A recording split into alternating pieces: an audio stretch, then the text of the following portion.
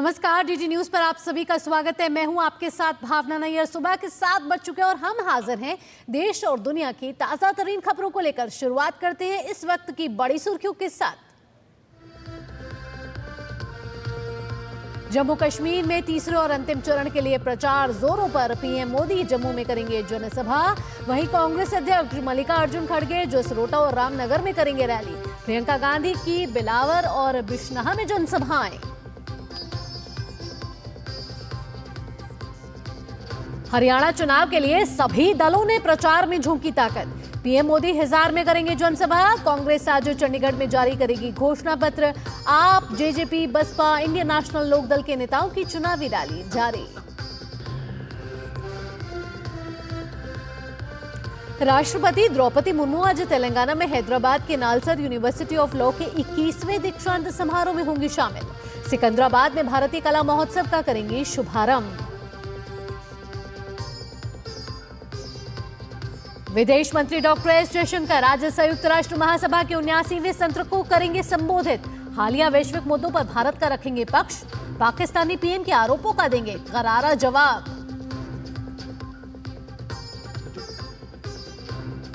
वित्त मंत्री निर्मला सीतारमण ने समरकंद में उज्बेकिस्तान भारत व्यापार मंच को किया संबोधित। दोनों देशों के चेंबर ऑफ कॉमर्स से 3 बिलियन अमेरिकी डॉलर के व्यापार लक्ष्य को प्राप्त करने के लिए रोड मैप बनाने का आग्रह। लेबनान के बैरूत पर इजराइल का हवाई हमला, 6 लोगों की मौत और 91 लोग हुए घायल। कमांडर नसरुल्लाह के सुरक्षित होने का दावा। संयुक्त राष्ट्र महासचिव ने अस्थायी संघर्ष विराम के प्रस्ताव का किया समर्थन। खेल की खबरों में कानपुर टेस्ट के दूसरे दिन आज बांग्लादेश अपनी पहली पारी के स्कोर 3 विकेट पर 107 रन से आगे खेलना करेगा शुरू। कल बारिश के कारण केवल 35 ओवर का हुआ था मैच।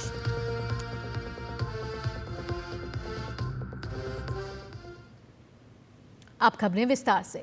प्रधानमंत्री नरेंद्र मोदी आज जम्मू कश्मीर और हरियाणा विधानसभा चुनाव के लिए प्रचार अभियान में हिस्सा लेंगे। पीएम मोदी की बीजेपी के पक्ष में पहली रैली दोपहर 12 बजे जम्मू में होगी। अनुच्छेद 370 हटाए जाने के बाद बीजेपी लगातार इस मुद्दे पर फोकस कर रही है। पीएम ने इससे पहले जम्मू कश्मीर विधानसभा चुनाव के लिए प्रचार किया है। उनके निशाने पर कांग्रेस, पीडीपी और नेशनल कॉन्फ्रेंस हैं। पीएम समेत पूरे बीजेपी का यही कहना है कि ये सभी दल परिवारवादी पार्टी हैं। 1 अक्टूबर को यहां तीसरे और आखिरी दौर का चुनाव है। तो प्रधानमंत्री नरेंद्र मोदी की आज जम्मू में रैली है। दोपहर 12 बजे प्रधानमंत्री नरेंद्र मोदी चुनावी जनसभा करेंगे और उनके निशाने पर कांग्रेस, पीडीपी और नेशनल कॉन्फ्रेंस रहने वाले हैं। अनुच्छेद 370 जो है एक मुख्य मुद्दा इन तीनों चरणों में ही निकल कर आया। और आपको बता दें कि 1 अक्टूबर को 40 विधानसभा सीटों पर जम्मू कश्मीर में चुनाव होना है। आइए आगे बढ़ते हैं। जम्मू के बाद प्रधानमंत्री मोदी बीजेपी के पक्ष में हरियाणा का रुख करेंगे और वहां हिसार में जनसभा करेंगे। हिसार से भाजपा के डॉक्टर कमल गुप्ता चुनावी मैदान में है। हरियाणा में भी पीएम ने अपने प्रचार अभियान के दौरान न सिर्फ विरोधियों पर हमला बोला था, बल्कि ये भी कहा था कि बीजेपी यहां तीसरी बार सत्ता में आई तो हरियाणा के विकास को एक नई रफ्तार मिलेगी। तो आज हरियाणा के रण में भी उतरने वाले हैं प्रधानमंत्री नरेंद्र मोदी। दोपहर 3 बजे हरियाणा के हिसार में प्रधानमंत्री नरेंद्र मोदी की चुनावी रैली होगी। जम्मू कश्मीर में 1 अक्टूबर को होने वाले तीसरे और अंतिम चरण के मतदान के लिए पार्टियों ने चुनाव प्रचार शुरू कर दिया है। इसी क्रम में कांग्रेस अध्यक्ष मल्लिकार्जुन खड़गे आज जम्मू कश्मीर के जसरोता और रामनगर में रैली करेंगे। वहीं हरियाणा के लिए कांग्रेस आज चंडीगढ़ में अपना घोषणा पत्र जारी करेगी। उधर हरियाणा और जम्मू कश्मीर के चुनाव प्रचार से दूर रही प्रियंका गांधी भी आज चुनावी मैदान में उतरेंगी। प्रियंका गांधी आज जम्मू कश्मीर के बिलावर और बिश्नहा में रैलियों के जरिए चुनाव प्रचार को आगाज देंगी। कांग्रेस का प्रचार 7 गारंटियों के इर्द गिर्द ही घूम रहा है। कांग्रेस जम्मू कश्मीर में पूर्ण राज्य का दर्जा बहाल करने के बाद के वायदे के साथ चुनाव प्रचार कर रही है और साथ ही 1 महीने के अंदर 1 लाख सरकारी पदों की भर्ती जैसे वादे भी शामिल हैं। हरियाणा का चुनाव अब काफ़ी दिलचस्प होता जा रहा है। खास तौर पर कांग्रेस पार्टी के लिए ये बात कही जा रही है कि यहाँ जब से राहुल गांधी ने कुमारी शैलजा और हुड्डा खेमे को एक मंच पर खड़ा किया है, तब से कार्यकर्ता एकजुट हो रहे हैं। लेकिन वास्तव में ऐसा है क्या? दरअसल शैलजा को अब अपनी नाराजगी दूर हो जाने के सबूत देने पड़ रहे हैं। वो हर जगह ये कहती जा रही हैं कि कांग्रेस उनके खून में है।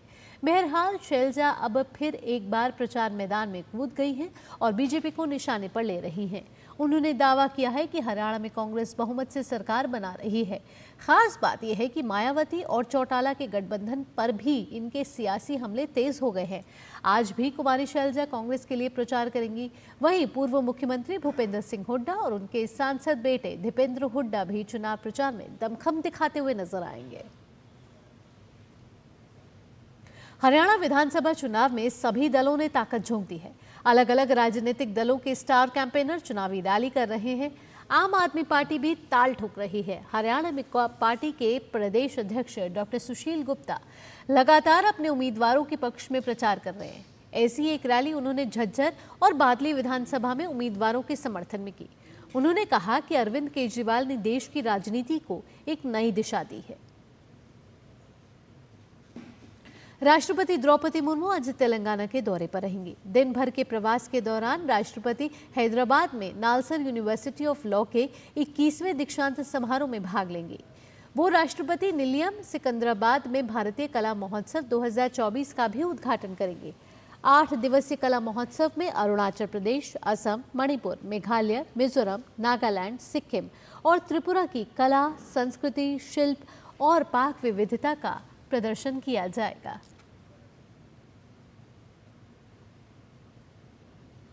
उपराष्ट्रपति जगदीप धनखड़ आज जयपुर के 1 दिवसीय दौरे पर रहेंगे।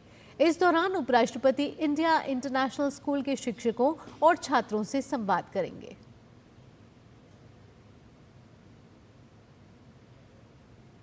जम्मू कश्मीर के कुलगाम जिले के अधिगम देवसर इलाके में आज तड़के आतंकियों से मुठभेड़ शुरू होने की खबर आ रही है। सुरक्षा बलों और आतंकियों के बीच मुठभेड़ जारी है। 2 से 3 आतंकियों के छिपे होने की आशंका है। विदेश मंत्री डॉक्टर एस जयशंकर आज संयुक्त राष्ट्र महासभा के 79वें सत्र को संबोधित करेंगे।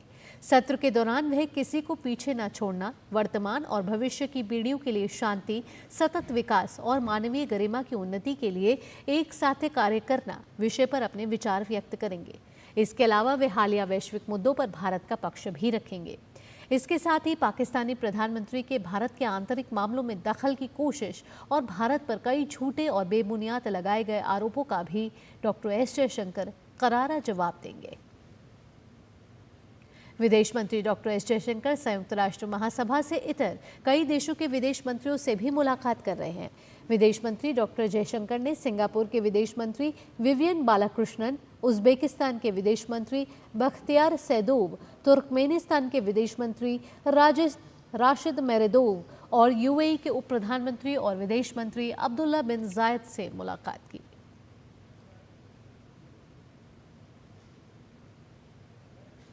केंद्रीय वित्त मंत्री निर्मला सीतारमण ने शुक्रवार को उज्बेकिस्तान भारत व्यापार मंच में अपने संबोधन के दौरान भारत और उज्बेकिस्तान के बीच व्यापार के विशाल अवसरों पर जोर दिया। उन्होंने व्यापार बढ़ाने पर जोर देने के साथ ही दोनों देशों के वाणिज्य मंडलों से 3 बिलियन अमेरिकी डॉलर के व्यापार लक्ष्य को प्राप्त करने के लिए रोडमैप बनाने का आग्रह किया। निर्मला सीतारमण ने समरकंद में भारत और उज्बेकिस्तान के बीच एक नई द्विपक्षीय निवेश संधि BIT पर हस्ताक्षर करने के बाद उज्बेकिस्तान भारत व्यापार मंच को संबोधित भी किया। उज्बेकिस्तान की कुछ उल्लेखनीय कंपनियों को संबोधित करते हुए केंद्रीय वित्त मंत्री ने दोनों देशों के उद्योग सदस्यों के बीच सार्थक बातचीत और सहयोग को प्रोत्साहित किया। आपको बता दें कि उज्बेकिस्तान में भारतीय दूतावास की वेबसाइट पर आधिकारिक आंकड़ों के अनुसार भारत 756.60 मिलियन अमेरिकी डॉलर के द्विपक्षीय व्यापार के साथ उज्बेकिस्तान शीर्ष 10 व्यापार भागीदारों में से एक है।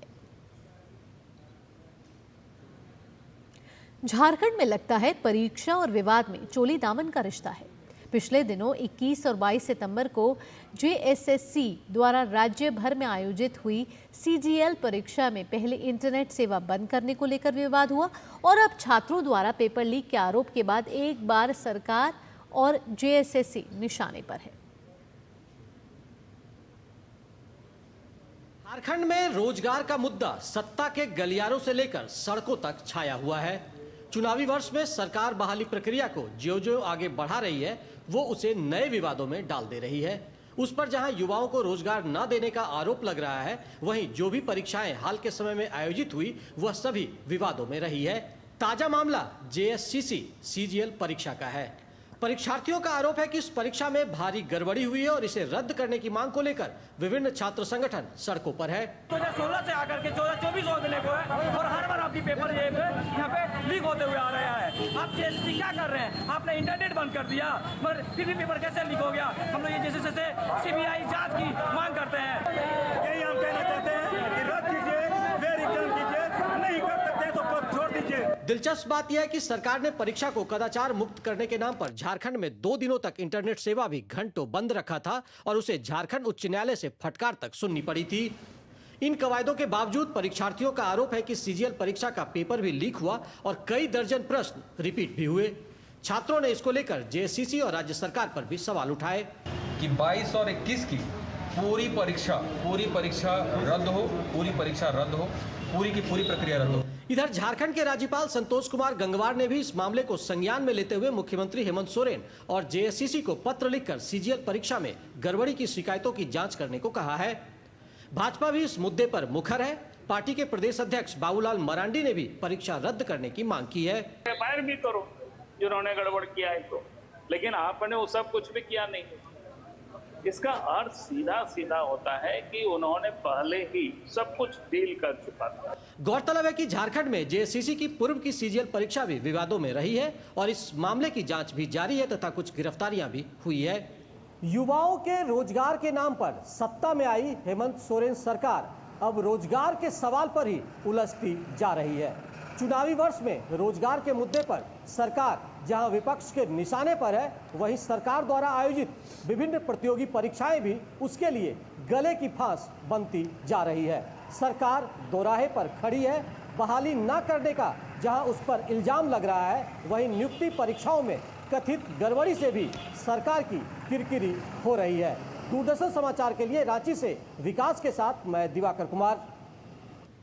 यहाँ रुक रहे छोटे से ब्रेक के लिए, लेकिन ब्रेक के बाद आपको बताएंगे कि उत्तर प्रदेश ने एक नया कीर्तिमान बनाया है। क्या है ये कीर्तिमान? ये सब इस छोटे से ब्रेक के बाद।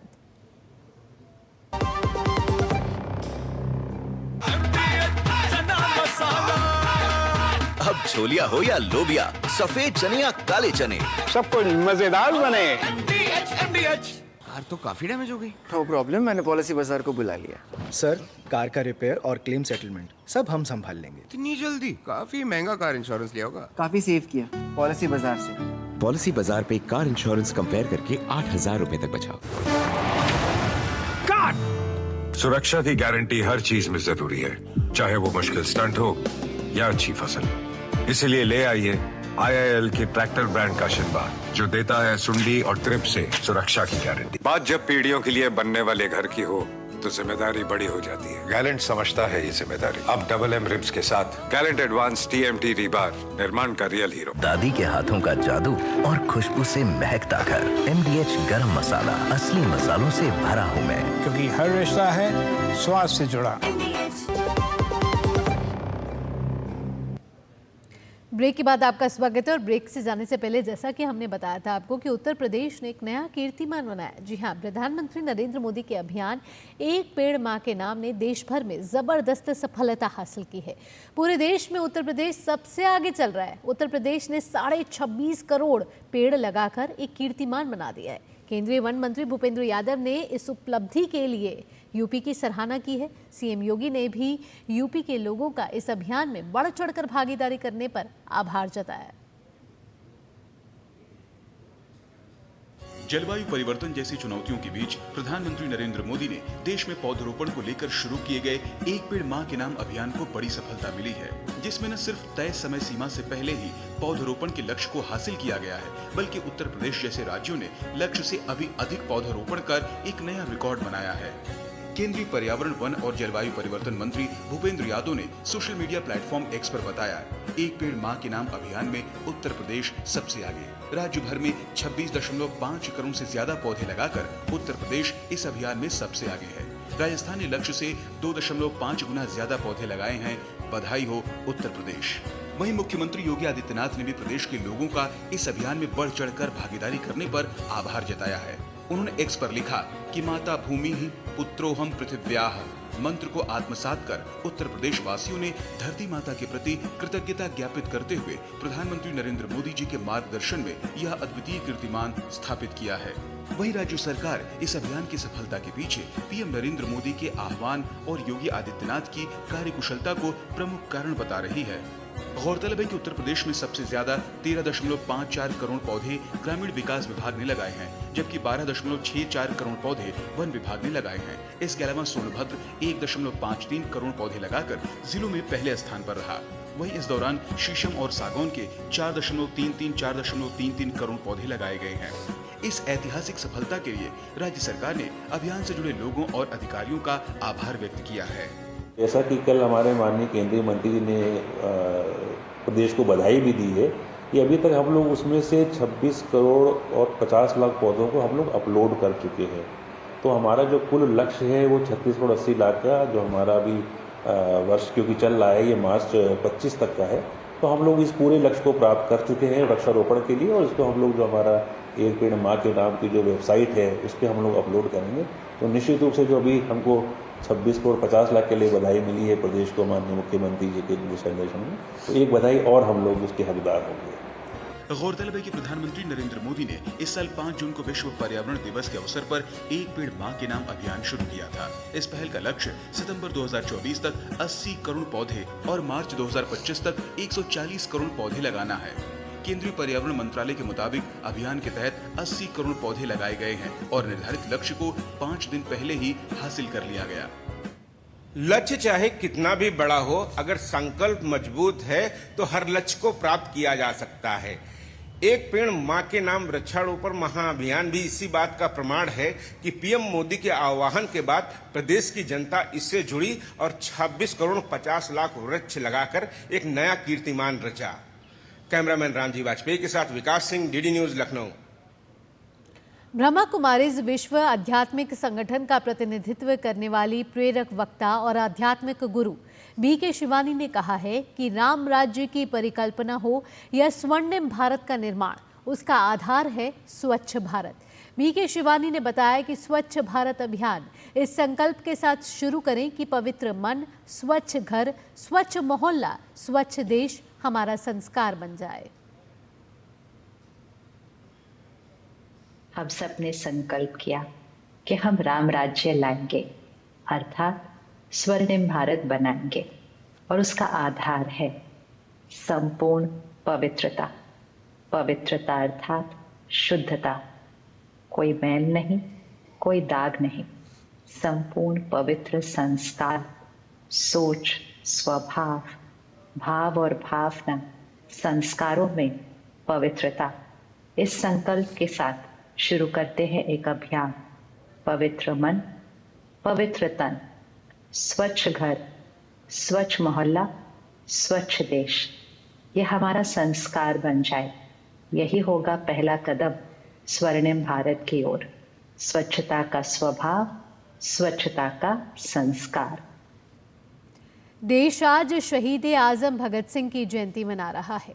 छोटी उम्र में प्रखर बुद्धि, विचार, पराक्रम, शौर्य, निर्भीकता, अदम्य साहस और देश के लिए अपने प्राण न्यौछावर कर इतिहास में अमर हो जाने का दूसरा नाम है भगत सिंह। महज 23 साल की उम्र में इस वीर सपूत ने अपने जीवन की आहुति देश की आज़ादी के लिए हंसते हंसते दे दी। इतनी कम आयु में शहीद होने के बावजूद उन्होंने भारतीय राष्ट्रीय आंदोलन के राजनीतिक दर्शन पर एक अमिट छाप छोड़ी। देखते हैं इस पर एक खास रिपोर्ट।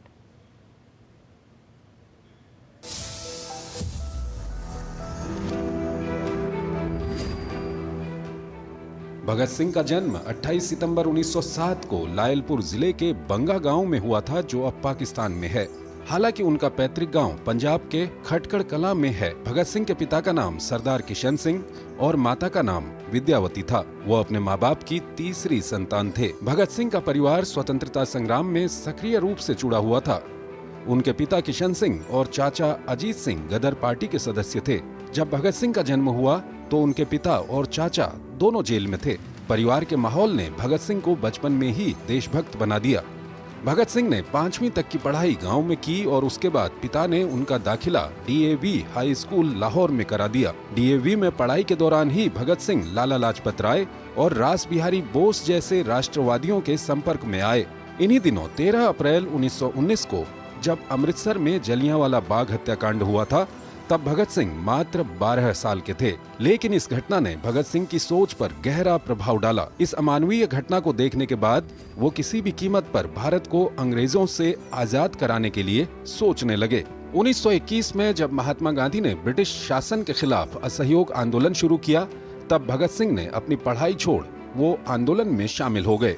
जब 1922 में चौरी चौरा घटना के बाद गांधी जी ने असहयोग आंदोलन समाप्त कर दिया, तब भगत सिंह बहुत दुखी हुए और इस नतीजे पर पहुंचे कि अहिंसा से देश को आजादी नहीं मिल सकती और इसके लिए सशस्त्र क्रांति ही एकमात्र सही मार्ग है। असहयोग आंदोलन समाप्त होने के बाद भगत सिंह ने क्रांतिकारी गतिविधियों में भाग लेना शुरू किया। वो क्रांतिकारी संगठन हिंदुस्तान रिपब्लिकन एसोसिएशन में शामिल हो गए। अपनी क्रांतिकारी गतिविधियों को जारी रखने के लिए उन्होंने नौजवान भारत सभा नाम से एक क्रांतिकारी संगठन बनाया। कुछ दिनों तक वो कानपुर में गणेश शंकर विद्यार्थी के संपर्क में भी रहे। 1928 में उन्होंने चंद्रशेखर आजाद के साथ मिलकर हिंदुस्तान सोशलिस्ट रिपब्लिकन एसोसिएशन का गठन किया। इसका मुख्य उद्देश्य सशस्त्र क्रांति के जरिए भारत में गणतंत्र की स्थापना करना था। इस बीच जब फरवरी 1928 में साइमन कमीशन भारत आया तो पूरे देश में उसका विरोध किया गया। साइमन कमीशन के खिलाफ नारेबाजी करते समय लाला लाजपत राय पर पुलिस लाठीचार्ज किया गया, जिससे वो बुरी तरह घायल हुए और बाद में उनकी मौत हो गई। भगत सिंह ने लाजपत राय की मौत का बदला लेने के लिए ब्रिटिश अधिकारी स्कॉट को मारने का संकल्प लिया, लेकिन गलती से सहायक अधीक्षक सैंडर्स को स्कॉट समझकर मार दिया। ब्रिटिश सरकार भारतीयों के अधिकारों को कुचलने के लिए लगातार दमनकारी नीतियों का इस्तेमाल कर रही थी। 1929 में ब्रिटिश सरकार ऐसी ही एक मजदूर विरोधी दमनकारी नीति पारित कराना चाहती थी। इस बिल को पारित न होने देने के मकसद से भगत सिंह और बटुकेश्वर दत्त ने 8 अप्रैल 1929 को केंद्रीय विधानसभा में बम फेंका। बम फेंकने का मकसद किसी को मारना या चोट पहुंचाना नहीं था, बल्कि अंग्रेजों को जनता की समस्याओं पर ध्यान दिलाना था और ये दिखाना था कि उनके दमन के तरीकों को और अधिक सहन नहीं किया जाएगा। भगत सिंह और बटुकेश्वर दत्त वहां से भागे नहीं, बल्कि खुद को गिरफ्तार कराया। गिरफ्तारी के बाद भगत सिंह पर कई मुकदमे चलाए गए। इनमें लाहौर षड्यंत्र मामले में भगत सिंह के साथ ही सुखदेव और राजगुरु को भी फांसी की सजा सुनाई गई और बटुकेश्वर दत्त को आजीवन कारावास दिया गया। 23 मार्च 1931 को भगत सिंह, सुखदेव और राजगुरु को फांसी पर लटका दिया गया। भगत सिंह क्रांतिकारी देशभक्त ही नहीं, बल्कि एक विचारक, दार्शनिक, चिंतक, लेखक और पत्रकार भी थे। अनेक भाषाओं के जानकार भगत सिंह भारत में समाजवाद के पहले व्याख्याता थे। उन्होंने कई पत्र पत्रिकाओं के लिए लिखा व संपादन भी किया। भगत सिंह की देशभक्ति और विचार जेल में लिखे गए उनके पत्रों से जाहिर होते हैं। उनका मानना था कि जब तक अमीर गरीब की खाई खत्म नहीं होगी, मनुष्य द्वारा मनुष्य की जाने वाली लूट बंद नहीं होगी और सामाजिक समानता नहीं आएगी, तब तक आजादी का संकल्प अधूरा माना जाएगा। अमर शहीद भगत सिंह भले ही अपनी आंखों से आजाद भारत को नहीं देख सके, लेकिन उनका बलिदान इतिहास की धरोहर बन गया। आज भी जब हम इनकलाब जिंदाबाद का नारा सुनते हैं तो भगत सिंह हमारे दिलो दिमाग पर छा जाते हैं। Bureau report, DD news. आइए अब अंतर्राष्ट्रीय खबरों का रुख कर लेते हैं। इजराइल ने कल लेबनान की राजधानी बैरूत पर हवाई हमला किया है। इस हमले में 6 लोगों की मौत हो गई है, साथ ही हमले में 91 लोग घायल हुए हैं। इस हमले में इजराइल ने हिजबुल्लाह के मिसाइल यूनिट के कमांडर मोहम्मद अली इस्माइल और उसके उप प्रमुख हुसैन अहमद इस्माइल के मारे जाने का दावा किया है।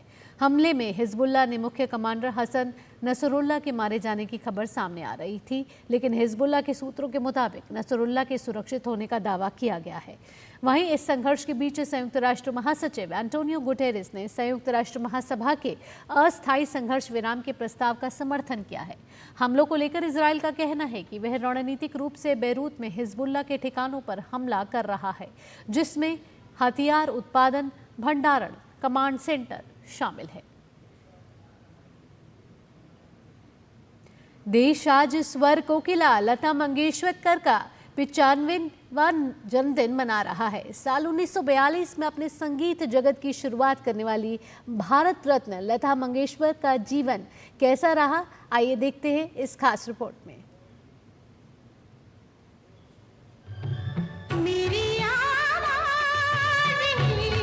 जीते जी कहानी हो जाना क्या होता है, जीते जी एक विरासत हो जाना क्या होता है, इसका जवाब सिर्फ एक प्रतिमान है और वो है लता दीदी यानी लता मंगेशकर। एक ऐसी आवाज होना जो सबके मन में बसेरा कर ले। इस आवाज ने पिछले 8 दशकों में एक अनोखी दास्तां लिखी, जिसका पता नहीं कि ये कहां शुरू कहां खत्म। साल 1942 में शुरुआत तो मराठी फिल्मों से हो गई, लेकिन बड़ी सफलताओं का दौर आया और पर्दे पर गूंजा आएगा आने वाला। महल फिल्म के इस गीत ने स्वर कोकिला को स्थापित कर दिया। उनकी ये जिंदगी गीतों के इसी सफर के नाम हो गई, जिसने रच दिया एक अलग ही संसार। लता मंगेशकर के नाम अब तक 20 से अधिक भाषाओं में 30,000 से अधिक गाने हैं, जिसने उनको मुंबईया फिल्मों से आगे बढ़कर सबका बना दिया। शास्त्रीय सुरों को साधती, सुगम संगीत के स्वरों को संवारती, लता दीदी समय और काल के बंधनों को लांघती रही। नवरसों को जैसे लता जी के गले ने अपने अंदर समा लिया, जो सरगम के रास्ते आमो खास तक इतने वर्षों तक बांधे रही। प्रेम का पावन रस जैसे उनके स्वरों में ढलकर नई पहचान पा गया हो। लता सिर्फ एक गायिका नहीं, सिर्फ एक कलाकार नहीं, बल्कि वो एक जरूरी हस्तक्षेप है, क्योंकि समाज की विविधता उनके स्वरों में सब तक पहुंची। 28 सितंबर 1929 को इंदौर में जन्मी लता मंगेशकर संगीत की दुनिया में ही पली बढ़ी, लेकिन बचपन फूलों की सेज कभी नहीं रहा। 12-13 साल की उम्र में आर्थिक बोझ ने उन्हें टूटने नहीं दिया। यही उनका हौसला था, जिसने उन्हें नए दौर में भी प्रतिभा का एक पैमाना बना दिया। राष्ट्रीय पुरस्कारों और फिल्मी दुनिया के सर्वोच्च सम्मान दादा साहेब फाल्के से सम्मानित लता दीदी जीते जी किंवदंती बनी, जिन्होंने कला की सीमाओं को देश की परिस्थितियों के साथ ओढ़ा और आवाज दी। पुलवामा की कायरता भरे हमले के बाद देश ने जब पाकिस्तान के बालाकोट में अपना शौर्य का परिचय कराया, तो लता जी ने प्रधानमंत्री मोदी की कविता को अपनी आवाज दी। सौगंध मुझे इस मिट्टी की, मैं देश नहीं मिटने दूंगा। Jaya Sinha, TD news. इसी के साथ इस बुलेटिन में इतना ही। देश और दुनिया की बड़ी खबरों के लिए आप देखते रहे टीडी न्यूज। मुझे दीजिए अनुमति। नमस्कार।